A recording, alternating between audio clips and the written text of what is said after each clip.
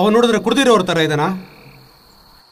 Sir, ನೀವು current bill ಕಟ್ಟರೆ ಎಷ್ಟು ಬಿಟ್ಟರೆ ಎಷ್ಟು, ನಮ್ಮ ಕರ್ತವ್ಯ ನಾವು ಮಾಡ್ತೀವಿ. ಆದರೆ ಎಷ್ಟೋ ಕಡೆ ನಮ್ಮ ಮೇಲೆ ಜನ ದಾಳಿ ಮಾಡ್ತಾನೇ ಇದ್ದಾರೆ. ಅದು ನಮ್ಮ ಹೊಟ್ಟೆ ಪಡು ಸರ್. ನಮ್ಗೆ ಯಾರ ಮೇಲೂ ದ್ವೇಷ ಇಲ್ಲ, ದಯವಿಟ್ಟು ಅರ್ಥ ಮಾಡ್ಕೊಳ್ಳಿ. ಸರ್, ಜಸ್ಟ್ ಇಮ್ಯಾಜಿನ್, ವಿದ್ಯುತ್ ಶಾಖೆಯವರು ಒಂದು ವಾರ ಕೆಲಸ ಮಾಡಲಿಲ್ಲ ಅಂದರೆ ಯಾವ ಸಾಫ್ಟ್ವೇರ್ ಕಂಪ್ನಿಗಳು ಕೆಲಸ ಮಾಡಲ್ಲ, ಯಾವ ಫ್ಯಾಕ್ಟ್ರಿಗಳು ಕೆಲಸ ಮಾಡಲ್ಲ, ಯಾವ ನ್ಯೂಸ್ ಚಾನಲ್ಗಳು ಪ್ರಸಾರ ಮಾಡಲ್ಲ, ಎಲ್ಲ ಬಂದ್ ಬಂದ್ ಬಂದ್. ಆದರೆ ನಮ್ಮ ಉದ್ದೇಶ ಜನರಿಗೆ ಬೆಳಕು ಕೊಡೋದೇ ಹೊರತು ಜನರ ಕತ್ಲಕ್ಕೆ ತಳ್ಳೋದಲ್ಲ ಸರ್. ಹೌದು ಸರ್, ನೀವು ಹೇಳಿದ್ದು ನಿಜ ಸರ್.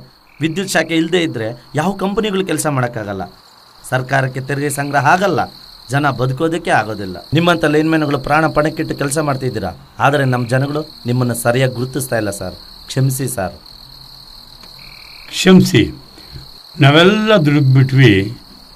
ಇವತ್ತು ನಾನು ನಿರ್ಧಾರಕ್ಕೆ ಬಂದಿದ್ದೀನಿ, ಯಾವುದೇ ಕಾರಣಕ್ಕೂ ಲೈನ್ಮೆನ್ಗಳನ್ನ ಮರ್ಯಾದೆ ಇಲ್ಲದೆ ಮಾತಾಡೋದಾಗ್ಲಿ, ಅವ್ರ ಮೇಲೆ ದಾಳಿ ಮಾಡೋದಾಗ್ಲಿ ನಮ್ಮ ಹಳ್ಳಿ ಜನ ಮಾಡೋದಿಲ್ಲ ಸರ್, ಮಾಡೋದಿಲ್ಲ ಸರ್.